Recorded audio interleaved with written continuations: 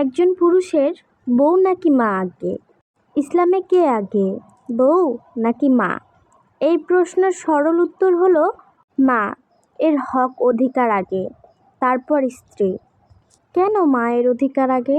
মুহাম্মদ সাল্লাল্লাহু আলাইহি ওয়াসাল্লাম বলেছেন, একজন সাহাবী যখন জিজ্ঞেস করলেন, আমার সাথে ভালো আচরণের সবচেয়ে বেশি অধিকার কার?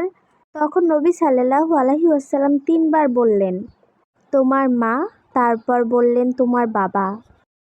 এ থেকে বোঝা যায় মায়ের সম্মান, সেবা ও অধিকার ইসলামের সবচেয়ে বেশি গুরুত্বপূর্ণ।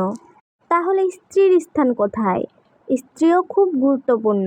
স্ত্রী হলো জীবনসঙ্গী, যার সাথে পরিবার গড়ে ওঠে। তার অধিকারও ইসলামে খুব গুরুত্ব দিয়েছে। ভালো আচরণ, খরচ দেওয়া, সম্মান করা ইত্যাদি। সঠিক ব্যালেন্স কি? ইসলাম বলে, মাকে অবহেলা করা যাবে না, স্ত্রীকেও কষ্ট দেওয়া যাবে না। দুজনেরই অধিকার আদায় করতে হবে, কিন্তু মায়ের অধিকার উপরের স্তরে এবং স্ত্রীর অধিকার পরবর্তী স্তরে।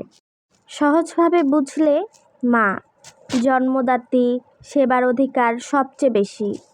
স্ত্রী জীবনসঙ্গী, ভালোবাসা ও দায়িত্বের সম্পর্ক।